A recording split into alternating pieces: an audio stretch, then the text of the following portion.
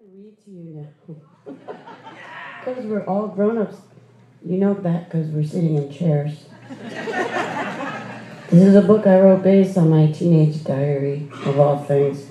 Don't ever publish your teenage diary. I was living, I wasn't really living anywhere, sort of living in my car, but crashing in a dead man's apartment because I was an idiot.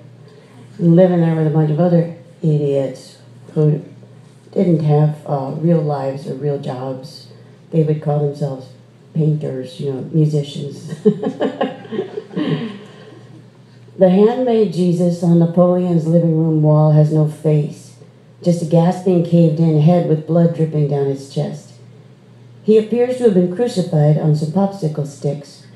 His mottled green and gold surface reminds us of fish scales, and his paddle-shaped toes fan out like a tail. It is a singularly gruesome crucifix. We call it Fish Jesus. The first time I saw it, I thought it was funny. It's less funny at night when you're alone. And even less funny tonight because next to me is a bag of horrible donuts one of the painters left for me as a joke. They look just like Fish Jesus. Oblong, greenish gold, and bloody with jelly. Coconut maggots swarm over them. I really don't want to look at them anymore, but throwing them away would mean touching them, and I don't want to do that either. So me and Fish Jesus and the donuts all lean against the wall, watching Christmas lights blink. It isn't Christmas, but these were the only working lights left in this empty apartment when its old man died. He was named Napoleon. All we really know about him is that he lived here and now he's dead, his body and most of his belongings carted away. And yet, somehow, he still pays his electric bill. Someone does anyway, and it isn't me or any of the other people I've seen use his electricity. I also know where he hid his key, under the mat. Napoleon was a brilliant tactician. And tonight, I need a place to stay, so I park myself under a sad crucifix and watch tiny blue, green, red, and orange bulbs blink on and off. Insomniacs like to waste time. I gotta get rid of these fucking donuts. They're making me sick and they aren't gonna get any prettier. Maybe I'll leave them here on the floor for the animal. We don't know what the animal is, only that it gets in sometimes and eats cornflakes out of the cabinet, which is fine, because we didn't like the look of those dead guy cornflakes anyway. Once, one of us took the animal to the face. It leapt out of the apartment and jumped on a guy's head when he opened the door. This is the closest encounter any of us have had with it. Unfortunately, it was the middle of the night and the stairwell was too dark for him to get a good look at it. The animal just knocked him backwards down the stairs and took off. Did it make a noise, I asked him. Was it furry? Did it smell weird? He couldn't remember much. He was falling downstairs at the time. Happily falling, having taken a wild animal to the face, but too distracted by gravity to pay attention to much else. In retrospect, he figured it had been furry and was about the size of a watermelon. This was relevant information as we had had a kind of meeting on the subject once, the gaggle of lost kids who used this apartment when they had nowhere else to go. The animal hadn't yet gone for the cornflakes. It had only shuffled around the apartment in the dark, which was a little spooky. Subsequently, there had been murmurings of ghosts walking around at night, and most of the musicians are such pussies they were scared to sleep here anymore. Some of them wanted to have a Narragansett medicine woman smudge the place with sage to relieve it of its restless spirits. The mystery was partially solved when the ghost turned out to be a furry, watermelon-sized face jumper that likes cornflakes and is good at hiding. We now have tremendous affection for the animal, which is easy because it never shows itself. It politely devours whatever it can find and then takes off. We all act like it's a magic bear, but the best thing it could be really is a raccoon, and it's probably just a cat. When I give touring bands and lonely kids directions to this place, I always mention the animal, though, in case it jumps on their faces. I wish it were here right now, 'cause nobody else is. The more promiscuous and paranoid among us have a rule: no sleeping alone at Napoleon's, a rule I'm breaking tonight. Napoleon took his bed with him when he left, so when you stay here, you sleep on the floor, and the floor feels extra hard tonight. Extra hard is extra lonely for some reason, like you're being punished for something you probably did, but don't remember doing.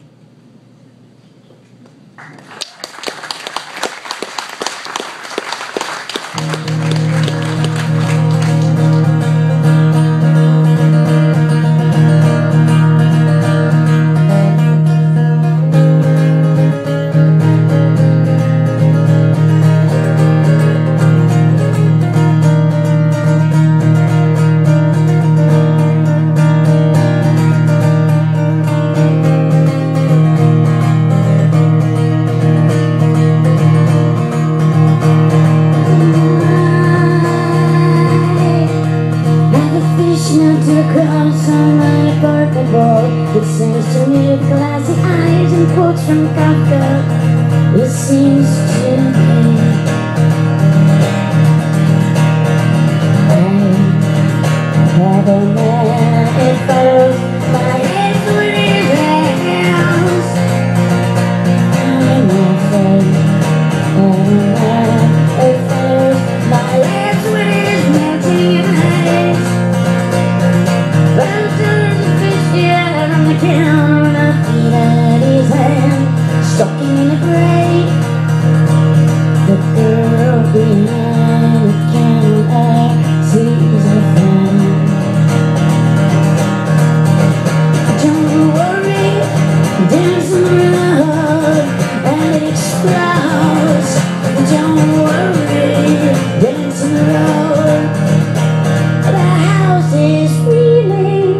I'm hitting by the tub. Lonely as a lonely does, lonely as an eyesore. The feeling describes itself.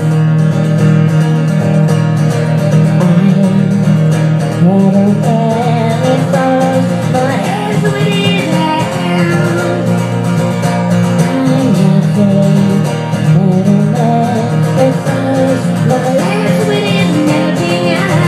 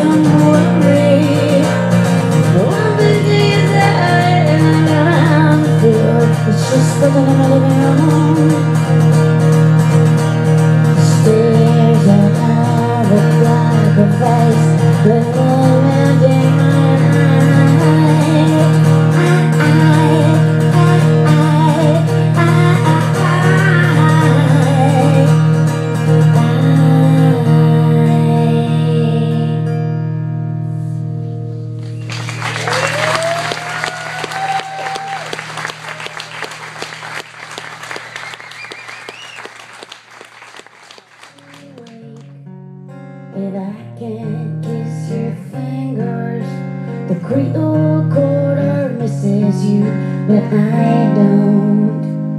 It's like St. Peter said, in a city of the dead. The Creole quarter misses you, but I don't. It's like St. Louis said, in a city of the dead. So stop your talking in my dreams. I won't stay married, 'cause you won't stay buried. Stop your talking in my dreams. I won't stay awake if I can't kiss your fingers. The Creole quarter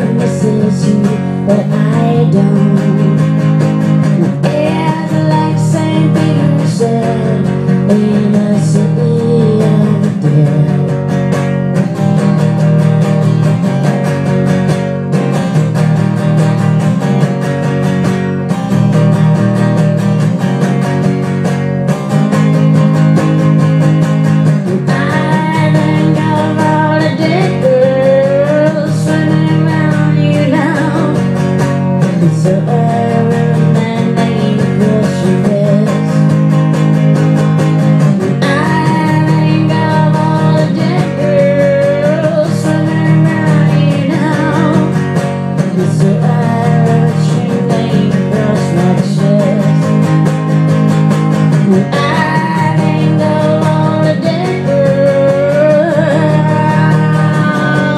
I think of all the dead girls. I won't stay awake if I can't kiss your fingers. The Creole quarter misses you, but I don't. It's like St. Peter said in a city of the dead. The Creole quarter misses you, but I don't. It's like St. Louis said in a city of the dead.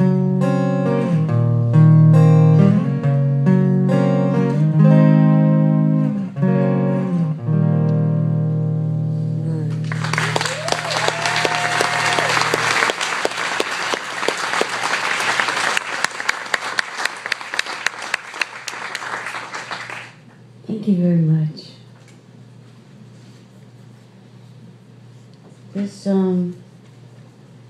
This section made people in Australia puke and faint. No Australians here though, right? It was hot in there. It was a witch who gave me the double concussion that made me start hearing songs in the first place. A couple years ago, this old witch drove her car into me as I raced to a summer job on my bike.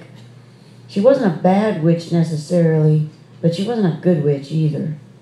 I remember her blank face over the steering wheel about to plow into me like she was on a mission. I pedaled as fast as I could trying to escape her speeding Chevy, but I never made it to work that day.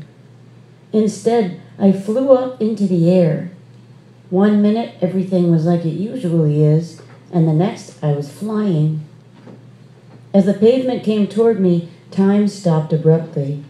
I hovered over the street, tree branches blew in the breeze, I could smell cut grass.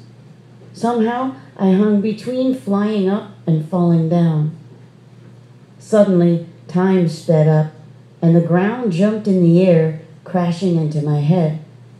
I slid down the street on my face for a while, then flipped over. My neck snapped back and my legs twisted up underneath me. The witch and her Chevy were long gone. I lay there on the street, feeling the brand new sensation of a lot of blood leaving my body, then tried to unfold myself. Lifting my left leg, I noticed that there was no longer a foot at the end of it. Blood spread across the ground and a deep red puddle pouring into the sewer. I'd never seen blood pour into a sewer before. Then a woman appeared from nowhere and leaned over me. She was wearing mirrored sunglasses. What I saw in her glasses was bizarre. I had no face. The front of my head was hammered.